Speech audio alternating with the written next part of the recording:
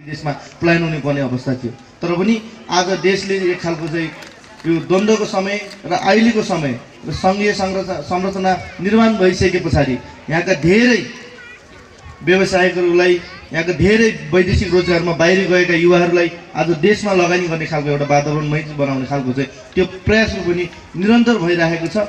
र यो प्रयास हामीले मात्र होइन, माथिल्लो निकायले पनि त्यो खालको प्रयासहरू गरिरहेको छ। त्यसले गर्दा हामीले आज राज्य पक्षबाट कुनै पनि व्यवसायिकलाई लात हान्ने खालको कामहरू कुनै पनि ठाउँमा भइरहेको जस्तो चाहिँ मलाई लाग्दैन। त्यही पनि कतै त्यस्तो खालको चाहिँ भएको छ भने त्यो व्यवसायिकमाथि कसै राज्यले औँला ठडाउँदैछ भने, कसै व्यक्तिले चाहिँ प्रतिस्पर्धा गर्दैछ, कसैले औँला ठडाउँदैछ भने त्यो व्यवसायिकमाथि कुनै न कुनै चाहिँ केही न केही चाहिँ कज छ। त्यसै राज्यले चाहिँ तपाईँको व्यवसाय गरेर सोझो आफ्नो हिसाबले व्यवसाय गरेर खाएको व्यवसायिकलाई राज्यले त्यतिकै औँला ठडाएर त्यसलाई चाहिँ कालो सूचीमा राख्ने चाहिँ प्रयास गर्दैन। पहिला त्यो व्यवसायिक त्यो राज्यको नियम कानुनभित्र छ कि छैन, मापदण्डभित्र छ कि छैन, त्यो कुरा चाहिँ भित्र त्यो व्यवसायिक चाहिँ आफ्नो चाहिँ त्यो भित्र छ कि छैन भन्ने कुरा चाहिँ राज्यले त्यत्रो व्यवस्था गर्दा पनि व्यवसायिक पर्दैन, त्यो खालको अतिरि गर्छ भने राज्यले त्यो माथि स्वाभाविक हिसाबले औँला ठडाउने त्यो प्रयास गर्छ र त्यसलाई कानुनी उपचार पनि गर्न सक्छ। त्यसले प्रयास फेरि चाहिँ फाटो ल्याउने काम चाहिँ गर्छ है। त्यसले गर्दा यहाँको व्यापारीहरू पहिला आफू अनुशासित हुनुपर्ने भयो।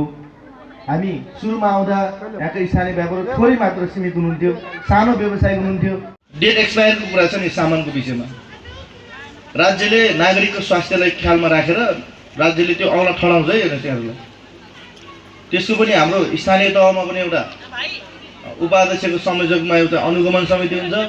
त्यसमा यहाँको उद्योग वाणिज्य सङ्घको चाहिँ सदस्य पनि हुन्छ, प्रतिनिधि पनि हुन्छ। त्यसमा अन्य यहाँको चाहिँ अलिकति टोल समिति या कुनै पनि त्यस्तो चाहिँ बुद्धिजीवी व्यक्तिहरू राख्नु पर्यो भने पनि त्यसमा राख्छ अनि एउटा टिम बनाउँछ।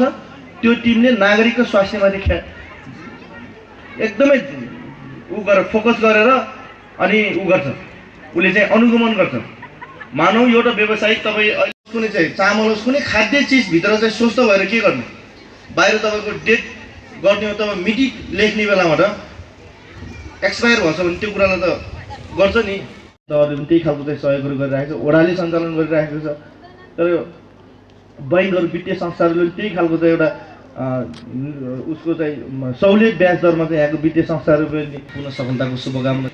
उपस्थित सम्पूर्ण विशिष्ट अतिथि अनि अतिथि गर्नुलाई यहाँलाई पुनः मेरो व्यक्तिगत तर्फदेखि र गाउँपालिका तर्फदेखि यहाँलाई हार्दिक सम्मान गर्दै बिदा हुन्छु। धन्यवाद। 18,000 इन्टु 4 72,000 अनि महोत्सव तयारी खर्च हामीले चाहिँ यो अघिल्लो वर्ष महोत्सव लाउने तयारी गरियो, दुर्भाग्यवश महोत्सव गर्न सकिएन। त्यो तयारी गर्दा 21,650 रुपियाँ चाहिँ हाम्रो खर्च भएको थियो। अनि हाम्रो यातायात खर्च 11,500, साधारण सभा खर्च 31,270, स्टेसनरी खर्च 5,000।